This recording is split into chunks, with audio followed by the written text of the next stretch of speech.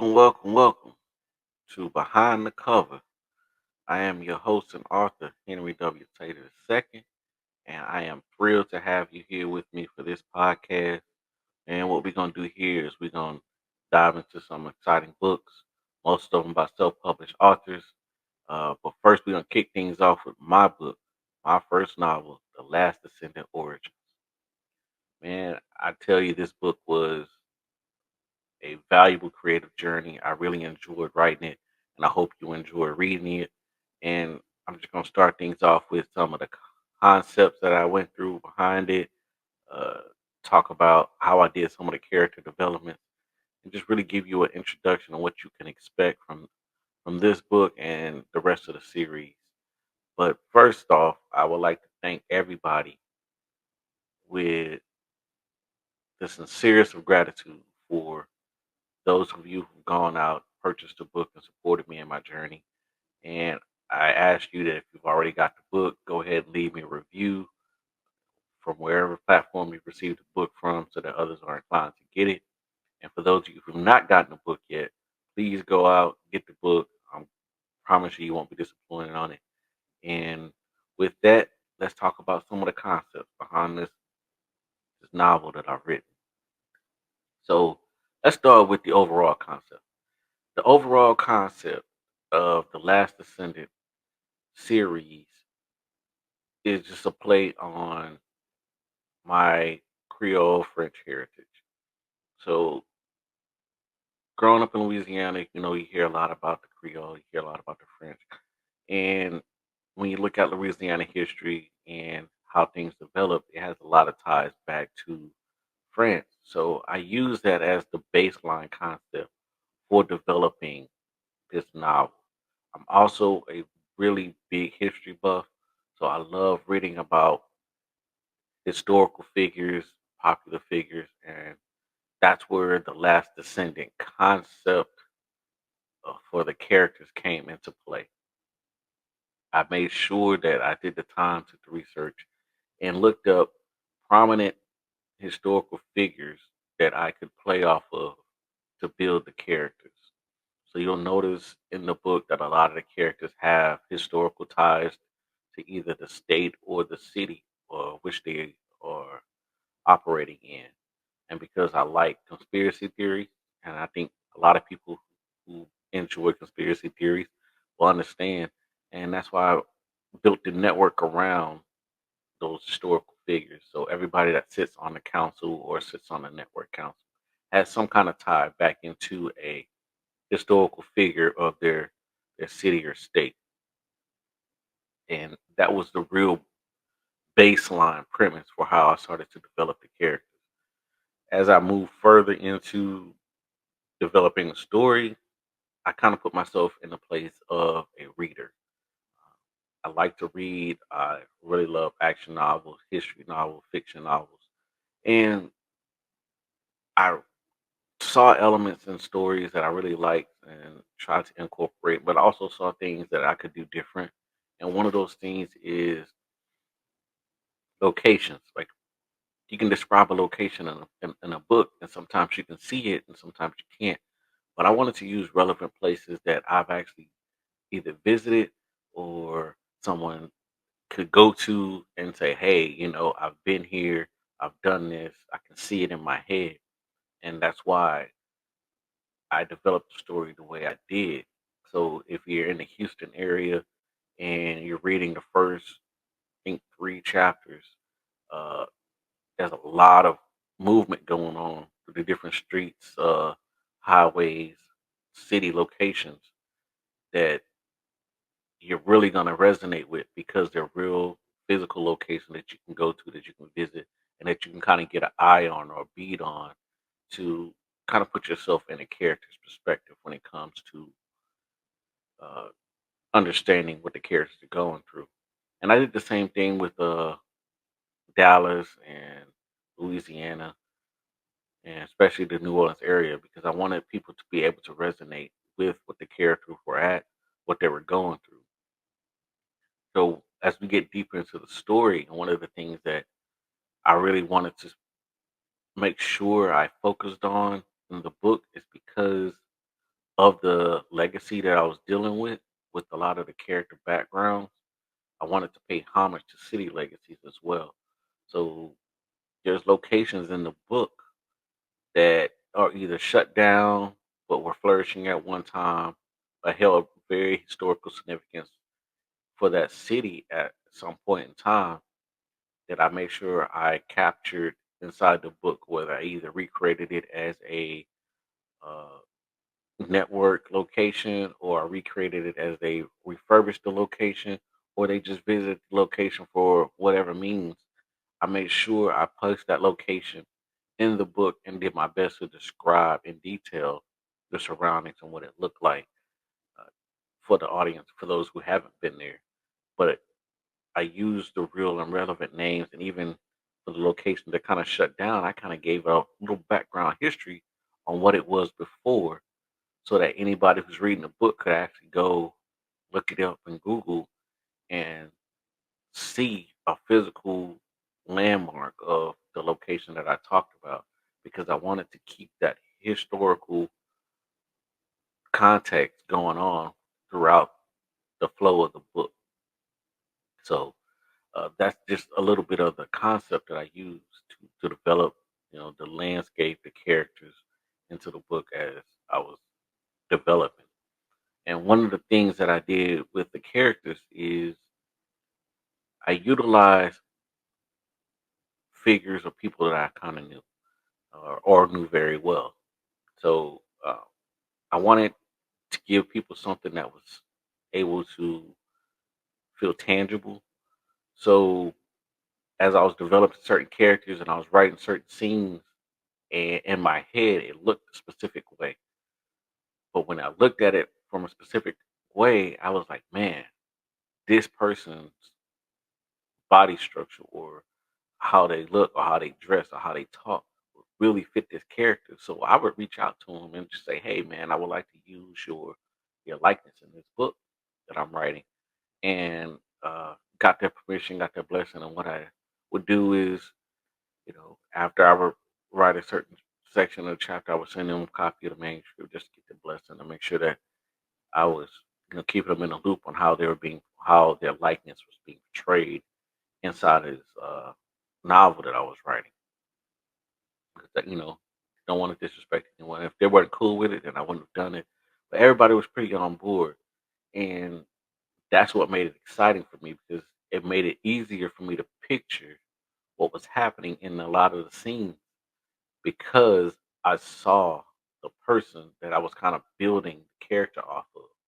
So that made it a lot more fun for me. And it made it a lot fun for the person because I would send them a version of the script that I was working on or the manuscript that I was working on. And they would ask me questions like, man, why is this happening to me? Or why did I do this? Like, look, it's not you. It's just a character in a book. But yes, you got to read the rest. I ain't going to tell you what's going on. So that made it fun for me. And as I continued to develop the characters and go through the characters and the development, I realized that I had originally put this in my head as a three-part series, and it's probably going to take four. I'm leaning towards a four-part series because I don't want to rush the process and I don't want to rush the development of what's going to happen and the overall stakes that's involved in the novel. And so I just really taking my time, putting it together, making sure that I don't leave anything out because I don't want to lose the creative process because I'm trying to push out a product faster than it needs to be pushed out, or I'm trying to rush a product and finish it in three because that was my original intent or idea. When putting it in four would actually bring complete closure and understanding to what's going on in the book. So as of right now, it's a possibly a four-part series uh, that started as a three-part series, and each of them will have a different subtitle. So the last Descendant is going to be the name of the series. I named this Origins on purpose, and the reason I named it Origins is because it does a lot of character introduction of a lot of the characters that you will see for the majority of the series. Not all of them are gonna be throughout it to the end, but for the majority of the series, a lot of the characters will play a significant part in the development of the story. So you'll notice throughout the book, there's flashback scenes, there's stories that are being told, and you're gonna feel like you're kind of coming in the middle of some of these stories. And I did that on purpose because as the stories develop and the characters develop and your understanding of the characters develop, you're going to start to get more and more background on who they are. And you're going to start to see some of the differences in how these characters' lives came apart and how some of them came together.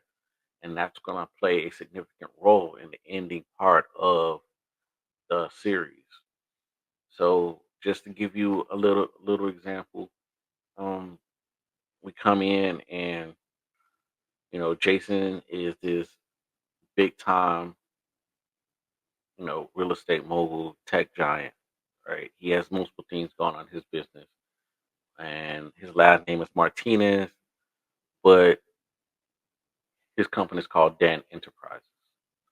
So we're all trying to figure out why Dan Enterprises. That's going to play a significant role in his development and where that name came from and why he chose that name and why it resonates with him so much. And as we look at more into the origin story, you start seeing different characters who are introduced and their likeness or their descendants or someone who had a significant role in that city or state. And so now you're trying to figure out what part they play in the main character's life. Or are they a main character or a supporting character? So we're going to dig a lot of those avenues out, um, and just kind of give you a better understanding of where they come from and how they developed and uh, what's the significance of who they are. So you're gonna see a lot of names in this book that are gonna kind of get you a little bit excited because you're gonna want to know what they fit in. So if you are interested in the Rockefellers and those type of characters, you know that's kind of the path that I chose when I was kind of developing the network to do this story. So it was a good journey for me when developing these characters because I wanted people to resonate with them. But I'm a very detail oriented person, and one of the things that I really liked about some of the novels that I would read would be the detail, especially when it came to the action. So I made sure that I captured that because in my head it plays like a movie, and I was like, in my head, if it plays like a movie, if I could put it down on paper the way it is in my head, that means when you're reading it, then you could see it happen in your head as well, and would play like a movie. And that's what I wanted to bring the audience in because I want you to feel that adrenaline or that emotions that the characters are going through as they're going through this transition and they're going through the story. I wanted to bring some realism to the fact that you may know someone who acts or does certain things or talks a certain way uh, in the story. So I made sure I try to capture that even when it came to the languages. One of the things that kind of bothered me when uh, reading some novels, even though it really didn't take away from the story, it was, they would speak in their native tongue, but they were also like, well, the narrative would be speaking in Spanish, but then they would put it in English. So what I did that I felt was unique and different for me as a writer is I would put the language text, and then it's in parentheses. I would go ahead and do the English translation so that the person would be lost on what was said. And as I started to develop through the book, there's certain themes that come up through the book that are always spoken in French, But by this time, you've seen it so many times that there's no need to translate it for you. So you already understand what that text means. And it allows me to pay full homage to that heritage or to that language, pay respect to that language. And I kept it that way. And I'm going to keep it that way consistently throughout the series. So you'll start to see reoccurring text from a specific language that after a certain point, I'm not going to translate it because we've already got a developing understanding of what that means. And it's the same thing with the characters.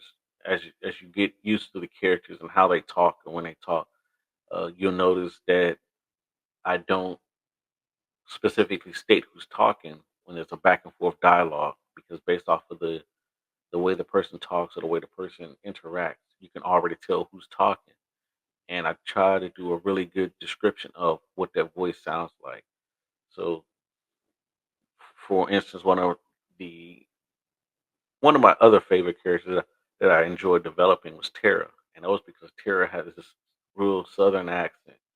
And uh, when I developed Tara, I made sure that that resonated, so that way, when you start to read anything that she said, you can hear her voice in your head as she's talking, and that made a difference to me because as I was writing the story, it made it a more personal feel to paint Tara as this Southern belle who was kind of rough around the edges and a little rugged.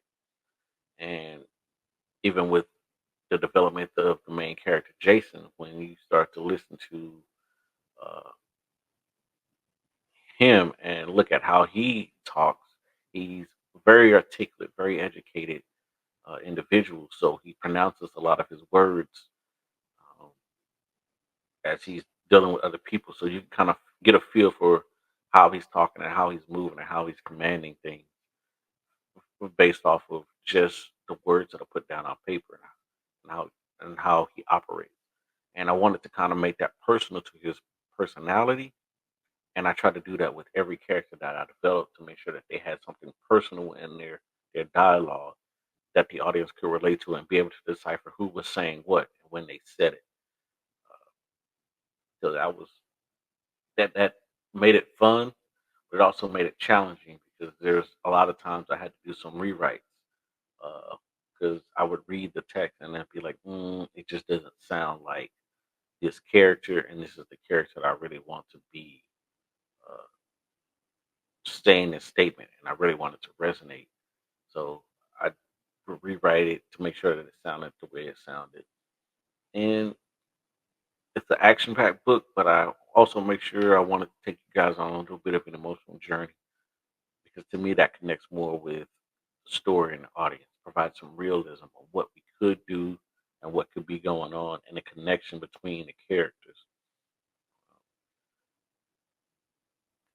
There's a scene where, you know, two of the main characters kind of get into a heated debate. And the reason I put that in there is because we all have family, we all have friends, we all have that person that we're close to, but we don't always get along and we don't always agree. And sometimes we will get into a heated debate. So that to me added some realism because no matter what, even after that disagreement or even after that debate, we always got each other's back. And that's what I wanted to paint that picture of. These two characters have always had each other's back. They've always been there for each other. But at certain times they do disagree. But when push comes to shove, they're still right there for one another. And hopefully that resonates with you and you can kind of see the tension brewing before it actually happens and get a feel for where it's about to go and then how they come back together to make things happen. So that was a unique perspective on how I kind of develop it, and I think I kind of attribute that to just going to school, education on counseling, and understand how the mind works, how we deal with things, how we process things with our different personalities. So I kind of incorporated some of those elements into the book, and I'll incorporate more of those elements into the character development because I want to be able to place the audience in the mind of the character and what they're going through as we start to continue on this journey, you're finding out what's going on with the main characters in the story and some of the sub characters in the story. Um, I guess I should say supporting characters, huh? Supporting characters in the story. Uh, so it's it's gonna be a good journey. It's gonna be a good ride, and I really think that as this develops, you know, you guys will really enjoy the end game as I take you on this journey to figuring out, what's going on with the last Descendant. So as we continue to move forward, again, I appreciate you joining me for my first little podcast. We're still working out some of the kinks and the bugs with the audio, the visuals, and the background landscape. But hey, we here, and so I appreciate you. Continue to follow me on this journey. Uh, we're gonna start digging into some of the backgrounds of the characters specifically. We're gonna start digging into some of the concepts of the other books, and I also got another project that I have in the works for you that I'll introduce to you guys when it's a little bit more complete. Right now, I think I'm only on about chapter 9, so I don't want to reveal it to you just yet, as I'm still working the bugs out of it. But just be on the lookout for it. Make sure you hit the subscribe button to this YouTube channel so you're up to date on when the next videos are coming out. Thank you, and I appreciate you guys.